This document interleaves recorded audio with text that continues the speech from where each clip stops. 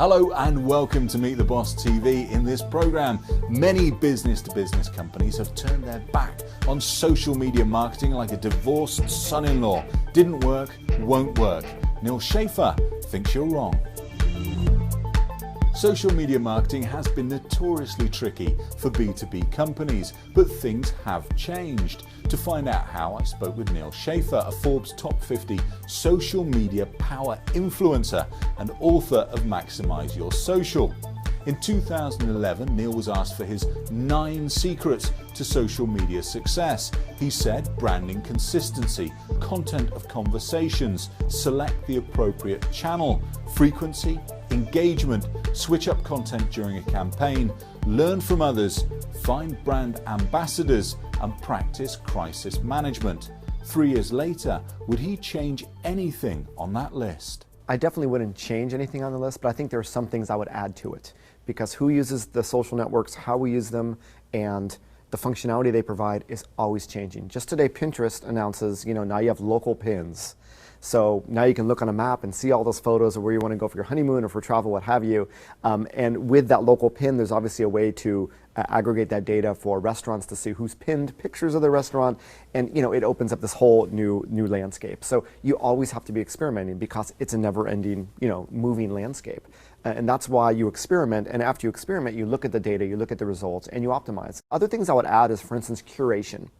So content curation has become a big thing. If you are a business-to-consumer brand, well, what are you going to share? And you have a lot of resources and a lot of branding and a lot of images and videos, what have you. If you're a business-to-business company, what are you going to share? And that's where a lot of B2B companies especially are using content curation.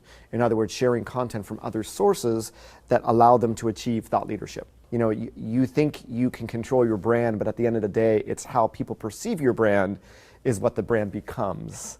So that can be a very engaging way of curating content from others that can help promote your brand. Neal alluded there to the oft-stated fact that business wants control. It adapts the language of social media, being transparent, companies that curate their comments rather than moderate them.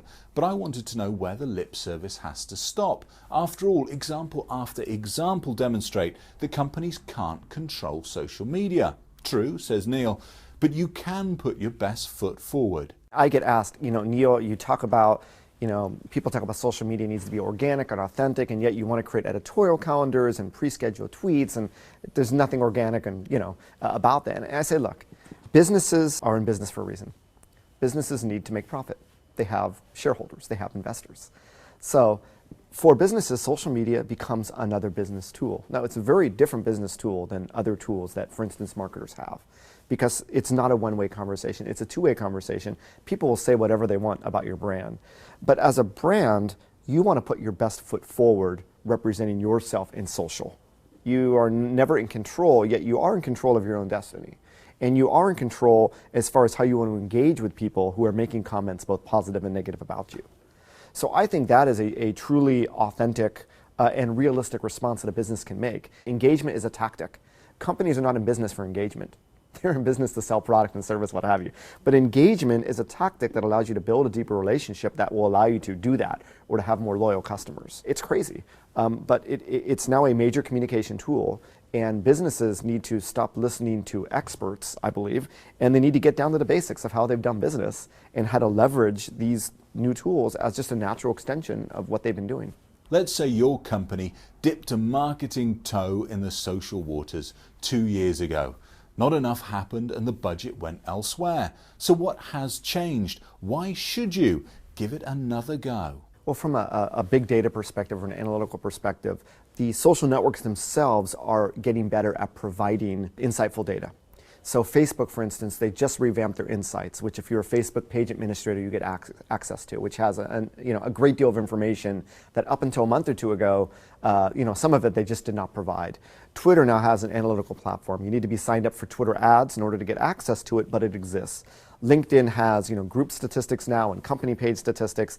So up until 2 years ago, I don't think the platforms being provided by the social networks themselves were robust. On the other hand, you have third-party companies that are pulling in from APIs pulling in the data that are providing more and more robust tools. You now have data archiving services that, in case you're only able to see the last week of tweets from Twitter, they'll pull in your whole history or what have you. So you have a whole ecosystem because businesses want to use it, they need to use it, and now you have all these tool vendors and archive companies, what have you, providing the data, providing the analysis and the insightful tools to allow businesses to do that better. And I think that's been the big difference. The industry is becoming more mature in essence, and we're seeing better and more tools come about. It's still hard to analyze everything that's going on, and there's still and there will never be one single ROI dashboard that exists. But I think that at the end of the day, it does come down to the data. So yes, compared to 2 years ago, I do think that that ecosystem is more fully developed than it used to be. If data is the difference, you now have access to a world of answers, which reminds me of that great moment in The Hitchhiker's Guide to the Galaxy. The ultimate answer to the question of life, the universe, and everything is 42. Unfortunately, no one knows what the question is. It requires a different mindset because you need a data analysis background to understand big data. That's not in a traditional marketer's arsenal of experience. So it requires a different way of looking at data and trying to find aha moments. What are words that are commonly used to describe our brand, our product? How do people differentiate their language or tone when they talk with one of our competitors compared to us? There's a lot of different ways to splice and dice the data. So with these specific objectives, maybe you start with one to see what insight you can glean, and then you go on from there. But there's been some pretty compelling case studies. For instance, a university was able to find out automotive recalls before they happened just by studying social conversations. People were talking about problems with certain types of cars. Lo and behold, they found out soon thereafter there was a recall of that automobile from the manufacturer. There's a company that sells information to record labels on upcoming artists based on how much people are talking about them in social, which they can predict, hey, these people may be marketable if you sign them at an early stage. There is a financial services company that also offers sort of sentiment and how much people are talking about companies as a additional tool to analyze their stock performance, and offering this data as well to help analyze how that company is going to do in the future. So there's a lot of different ways of using big data, but all of these have very, very specific objectives for using it, and that's why I think they're successful. Neal and I spoke at iStrategy, the excellent global digital marketing conference full of incredible examples of social campaigns from major brands. But I wanted to know Neal's advice for companies with no money. How can they cut through the clutter? The way to cut above the noise is to do something different. And I brought up this concept of experimentation. And I think that some of the most successful companies or people or brands have been the experimenters. There's a woman named Daria Musk, and I hope I'm pronouncing her name right. She's very famous in the Google Plus world because she realized, wow, there's something called a Hangout.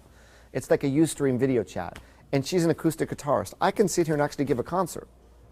So she joins Google Plus, realizes she can give a concert to the world, and a month later she does her second concert, and she has more and more people. By the time she did her third Google Hangout concert, it was viewed, and now it's Google Plus on air and it's broadcast on YouTube. She had more than 200,000 people around the world watching her, and still not a lot of people know about her unless you're on Google Plus. And by the way, she's the first one that Google Music, this new Google record label, actually signed to a contract. This is an example of someone, almost like Amazon itself, seeing the internet as a platform. She saw Google Plus as a platform that she could use primarily for her marketing and be very, very successful doing that.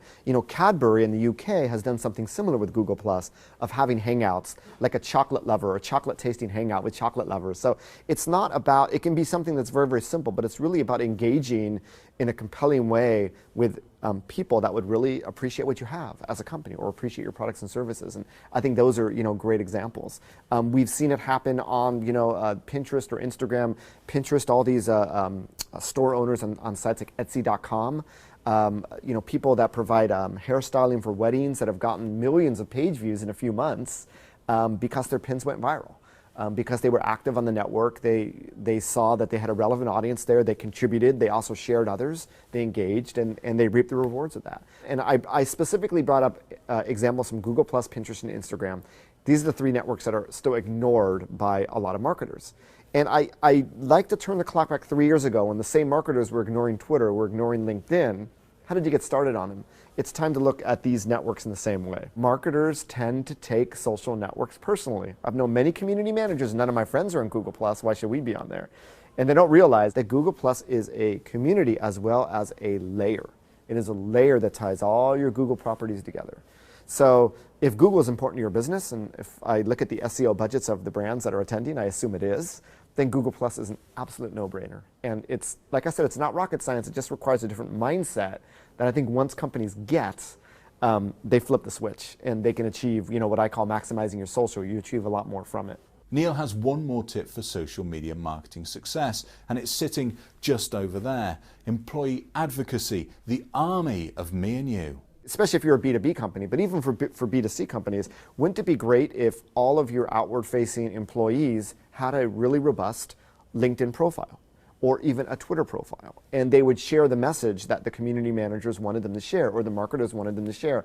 I met companies that created Twitter profiles for their salespeople and literally automated the posting whenever they had a new blog post of their salespeople. So that's not the most authentic and best way of doing employee advocacy. But the whole idea is that, and the example I'm going to give today is Prudential Financial. They have 15,000 employees on LinkedIn. Each of them have like 200 connections.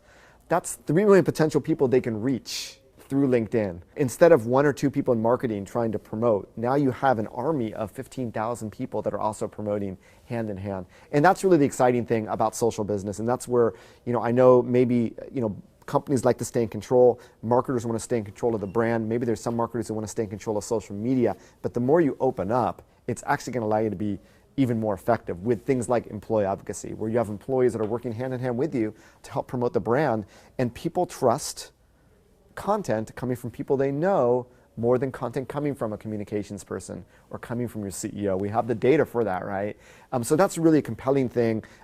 There's some great companies that are just on the verge of providing these tools for employee advocacy, but I see that as a big thing moving forward with social business, of making social media really a collaborative effort, because companies are always looking and marketers are always looking outside for the influencers and the brand advocates, but think of your own employees. Their livelihood is tied to the success of your brand. They are some of your most passionate and brand advocates that you have.